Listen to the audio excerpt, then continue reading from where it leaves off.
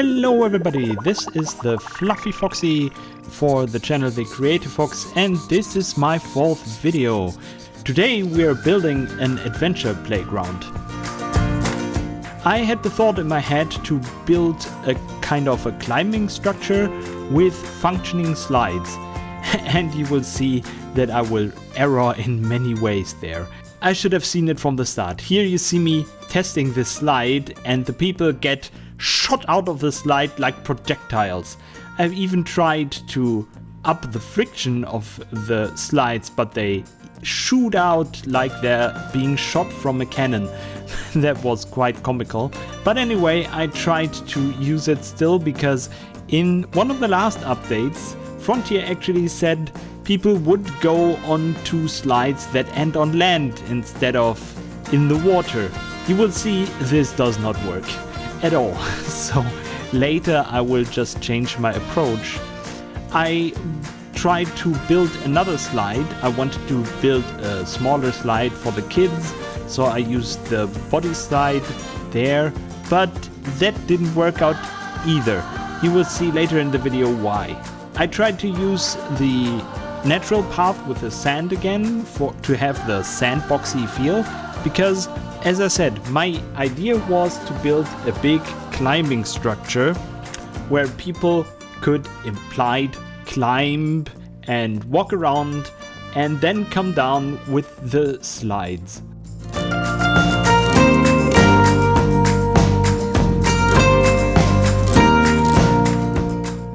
Here I'm trying to test these now, and you see what happens. People actually like the slides and then boing, boing, boing, boing, get shot out of them. Not only get they shot out of them, they hit the tree over there, and on the upper side you can see they get shot over the path and then stand aside from the path, being lost, waving like, hey, I'm lost. So that was really bad. So I had to use a different approach where I will use the flume ends, or rather the shallow ends that break the guests. I don't want to, and I didn't want to use them, but I had to because I didn't want people get shot out of the paths, being lost all the time. And you see, are you okay, buddy? Are you okay?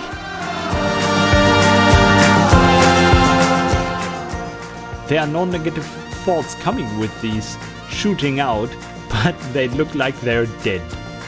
So I had to use another approach, and this was quite a pain also, because these ends, these shallow runout lanes, are actually unable to auto-form the terrain. So I had to fiddle around with the platforms, with the slides, and try to fit the runout lanes to the terrain. That was quite a hassle, because every time when I tried it, it was like a few centimeters into the ground and then it was intersecting terrain, intersecting terrain, intersecting terrain. So I had to fiddle and fiddle and fiddle until it worked. I just wanted to build some small slides, like many slides in Germany like this are built by Metallbau Emmeln. For example, in Heidi Park there are still some of these, and on playgrounds in zoos and on other adventure playgrounds. That is why you will see me change their color later. So here's the idea, Frontier. Give us a setting that says dry slide. Then turn the water off, make the friction higher, and in the end give it kind of a braking effect so guests slow down, and give it one small animation that guests can actually exit a slide onto the ground. This is not much work, you can do it, and then you're fine. Not much programming effort, not much animation effort, but a really great creative outlet to build some cool playgrounds. As I already said in one of my videos, playgrounds, play structures and all of that are missing in Planet Coaster 2 anyway. That would be a good idea to introduce them. I could even imagine a DLC which is called the playground pack or the children's pack or something, where you can introduce more children's attractions like playgrounds, like mini golf, like all of that, and you could make a mass of money out of it. I would buy it day one. I wanted to build a kiddie slide, and even with this long of a runout lane, they got shot out like a cannon. So I had to use the body slide again and use the same kind of slide, because the slide I chose before didn't have a shallow runout lane. So I needed to use this and use the runout lane again. And yeah, this is just this small slide for the kids that don't like to climb that high and can ride this small thing. Here I start building the play structure. I wanted to have something like an adventure playground that many parks in Germany do have, mostly the smaller parks, and where people would implied be able to climb around on and then use the slides to get down. Here I'm using the jetty pieces, which I really came to love, and then I accidentally deleted the middle slide and had to do everything all over again. You will see me noticing, what? And then I need to do this over again, but it had one positive thing. I could actually remember to turn the jetty pieces around and as such have a better variation in these pieces, which I really like now. Here I'm building the deck of jetty pieces and added the path. If you hear something in the background, we have still construction workers at our home, so if you hear something in the background, I am sorry, but I sometimes need to record the voiceover. Yeah, you see me finicking around with the path, and I notice it's really hard to edit the natural paths or the sandy paths, and I tried to paint it over with different paths, but it didn't work. So I needed to fiddle around with the paths a bit, and that took so much work, but in the end I got it done to my liking, and that's the main thing, I think. I wanted to hide the weird mats, and yeah, if you look closely with my deck, the feet of the guests sink into it. This is something that is sadly not possible to do anything against right now, but I think it's okay. As much of this build is implied realism, because many of the things won't be usable, I'm fine with it. As many creators said, I am using this more like a virtual Lego set, and I don't need everything to be functional. I just want to be creative with it, but I still want to have some of the restrictions of the game. I want to have a working economy, I want to have a working staff management, and I want most of the things to work. Things that I can't make work won't work, but things that I can make work should be working. So I'm trying to do a little bit of a balanced approach between in-engine working things and just creative implied things. You see me using the logs for my play structure, and then I'm trying to do some fencing or walls of a play structure, because I wanted to have a realistic build where the kids don't fall down or are not in real danger of falling down from a great height. I do some flooring, and I will do some more walls and wood and all of that.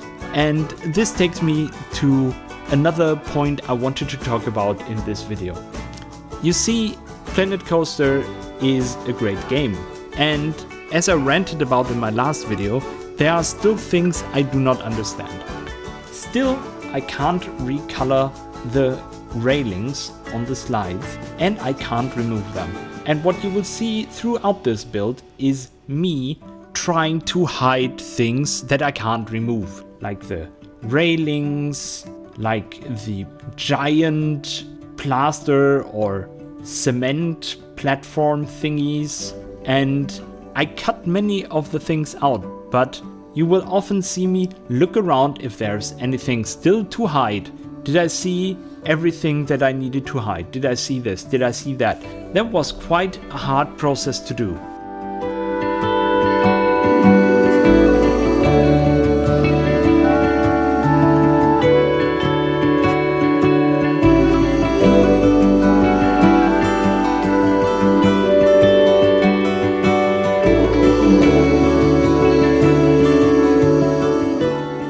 Here I recolor the slide to make them look like metal, even though sadly there are no metal slides. These are all these, fiberglass plasticky look, and so I tried to color them gray.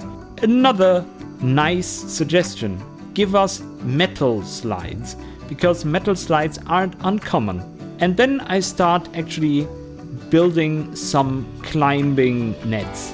These climbing nets are often on playgrounds in Germany. I don't know about other countries, but I wanted to imply that people can actually climb on there and as such climb on the climbing structure. And first I only had the diagonal pieces, but then a good friend of mine suggested to make these higher so guests can actually walk under them and not clip into them, which I really liked. This brings me to a great tip about Planet Coaster. If you want to talk to other people about your builds, they might have some ideas for you that you hadn't in your head before, and this might actually help you to do better. Just show the things you built to other people and say, hey, do you have an idea what I could do there? Or do you have an idea what I could improve here? And all of that. This is quite fun because it's a cooperative creative process, which I really like, and B, it's a lot of fun to just hang out with your friends and talk while playing, which is something I often do. Or we watch a series or videos. I started watching Critical Role again with other people, and it's really enjoyable listening to Matt Mercer, DM, and the awesome voice actors of Critical Role play while being creative myself. I extend the play structure here, and I love the resizing tool. Really, the scaling tool is one of the best things that Planet Coaster 2 introduced. It's so good because it makes every piece so versatile.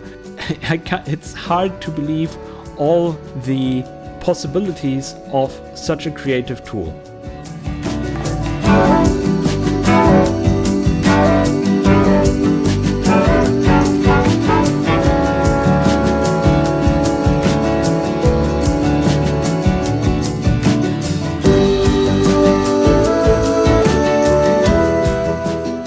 And here I'm busy hiding more of the railings and creating more platforms for people to climb on.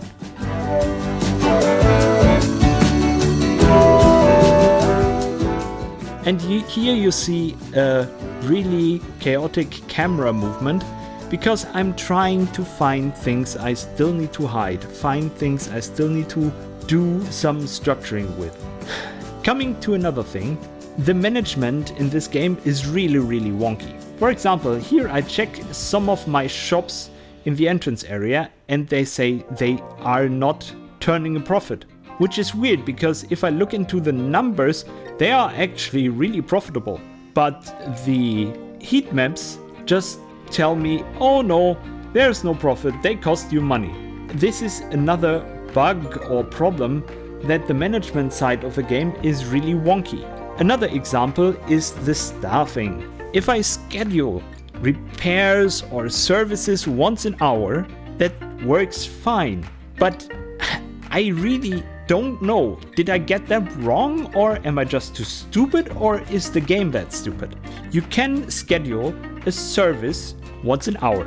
So if you have a mechanic that should service a ride once an hour, that's fine. But the problem is, if you want a ride to be serviced every hour, you will have the mechanic service this ride every hour. So you need one mechanic servicing one ride every hour.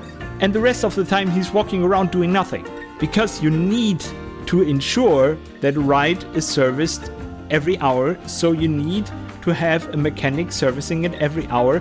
And You can't go like, okay, this 30 minutes and this 30 minutes and this 30 minutes. You can only schedule one ride an hour. So you need, for 4 rides or 5 rides, you will need 5 mechanics that service these rides every hour, and the rest of the time twiddle their thumbs.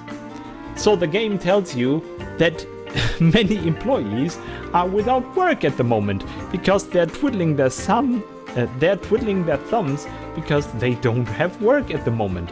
You can't do it better. So am I really just too stupid, or am I not getting something? Please help me. Please tell me if I'm not getting something, because I'm really, really puzzled over this. Because people, I just can't get that this isn't thought through at all. You see me building a roof here now, and this roof was actually kind of fun because I wanted to combine the round element and the straight elements of the roof, and also I got that idea from someone else while talking about it in Discord. So again, talk to people. It's really, really fun. I'm creating some more floors here, and I really liked how this whole structure turned out. It's reminiscent of adventure playgrounds I went to when I was a kid. Adventure playground pieces of Heidi Park, where I went to as a kid.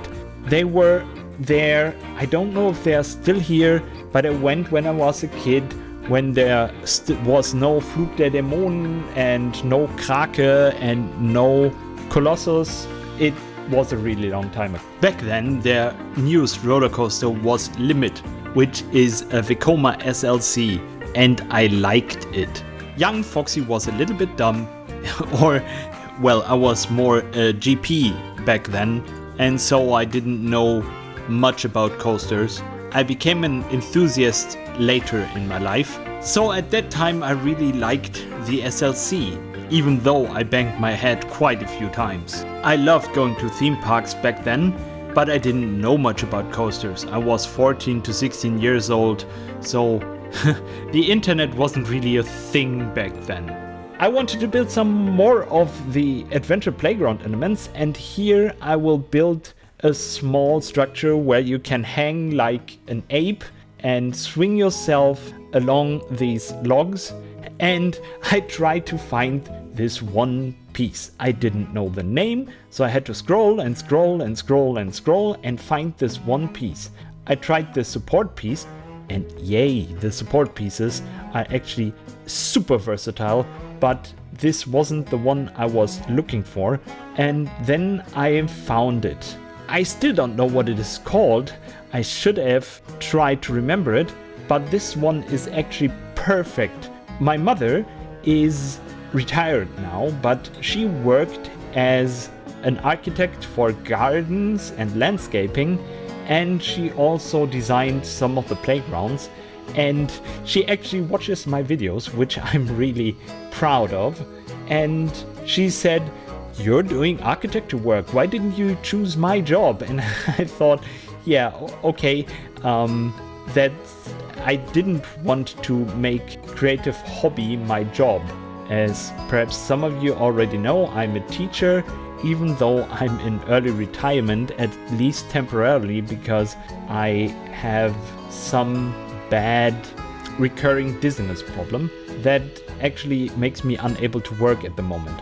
I had a neurological problem which is called vestibular neuropathy on both ears that pretty much fried my vestibular system, so I have constant chronic dizziness, sometimes better, sometimes worse, and recovering from that takes time, a very long time. It's been 3 years now. Creating YouTube videos actually became some outlet for me, because if something is too straining on my brain, I can stop, take a moment, have a short break, or do it another day. Here I wanted to build a balance log, a log where you can walk over and balance and grab the netting that is on the side to not fall. Also a very common thing on adventure playgrounds. These are quite fun. I'm using the stone guests for scale, and that actually works out really well. Yes, the people are walking through the thing, but I didn't want to use path blockades there because otherwise I had to hide curbs again or the small tree things, and I didn't want to bother with that.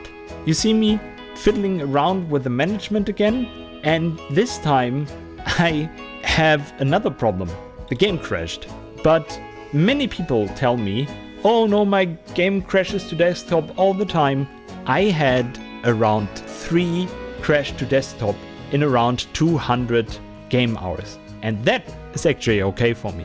I might be critical in some ways, but 3 crashes in over 200 hours, I really think that this is something that's fine. But also everybody has a different system, and maybe it doesn't work with an AMD card. I have a GeForce 3060, so I am okay, and I'm really happy that I chose a 3060 and not a 3070, because in some ways the 3060 is actually better than the 3070. Here I'm building a small hanging bridge. But yeah, my game seems to run quite stable at the moment, and I'm really happy with that. You will notice though that there are different problems again later. That's why I went into the management, because I had to set some of the janitors to do nothing else than to clean toilets, because all of my toilets got dirty all the time. So I had to set some janitors aside to just clean toilets. The rebalancing job for the mechanics actually seems to work out, but the janitors are still too late when it comes to cleaning toilets, often. I built a small kind of swing here with the car tire on the bottom, so kids could jump on there and swing in many directions. And this is the last playground element I built myself, which is implied realism, as Jonty calls it. It's a really fun thing to build these things. Too bad these things are not in the game. They would be so good to see people interacting with these things. I would be really happy there. Dry slides, climbing structures, or even splash pads in the water section would be a great addition to this game. The next thing I thought about is, okay, if kids play on this play structure, what are the parents going to do? So I thought about making the whole area a bit bigger. Editing the natural paths like the sandy path is actually quite hard, because compared to Planet Zoo, where for example if you use null barriers you can have them visible, here you need to select the path nodes to actually see them. But if you want to edit one path node, you can't.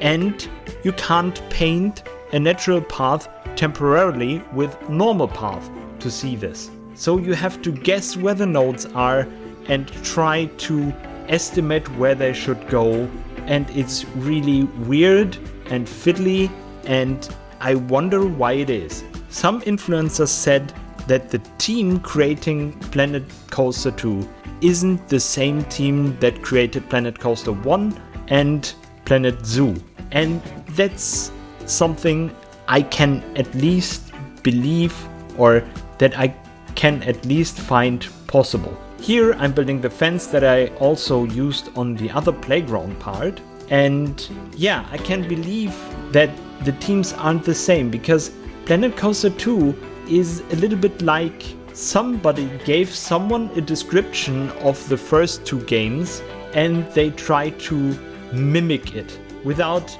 the first games really being the foundation for it. I hope I'm making myself understandable, but many creators I know already said that, and at least from a consumer standpoint I find this to be believable. I plopped down a small building here for 3 reasons. First, I wanted to hide the water cleaner. Second, I wanted to provide the engine with another changing room, because my changing rooms are quite far from here, and I wanted to provide for the guests that want to use these slides, even though in my mind the slides are dry slides, but they are not in engine. And thirdly, I need more toilets in the game because the people want to use the bathrooms very often. You will see that these toilets, for example, will get dirty quite fast. As I said, the staff management is a little bit wonky still, and you will see me trying to work with this problem in the next seconds. Some of the stuff I cut out because I didn't think it would be interesting to watch, but for example this I wanted to keep in to illustrate the point. I used this different look for the building on purpose and did not keep the design language of the other buildings because in my mind the park added this building later. They had this adventure playground with slides and play structures, but the people actually complained that they have to walk that far to go to the toilet, and as such they built this building over here to have some toilet there. But this building was actually built much later than this part of the park, so I wanted to give this a different look, and you will find this kind of design language later in my park. One thing that's really weird is the vending machines snapping to the side of the path. You can place a vending machine wherever you want on the path, that's fine, but as soon as you come near the edge of the path, they snap there. And that's really something that is quite fiddly to handle. That's why you see me struggling with it a bit. But yes, in the end, we have some area where parents can sit down and get some food, get some drinks for themselves or for their kids, and have a restroom nearby. And after that, we are already nearing the end of this video. At the moment I'm quite motivated because my last video actually got 66 views. Of course, for the big YouTubers this is nothing, but these are the most views I got until now, and I hope that my channel can keep growing.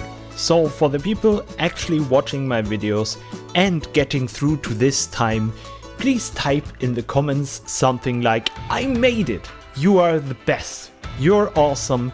And I really appreciate you being here, listening to my ramblings and watching me having fun building. And I will leave you with a few nice shots of my park.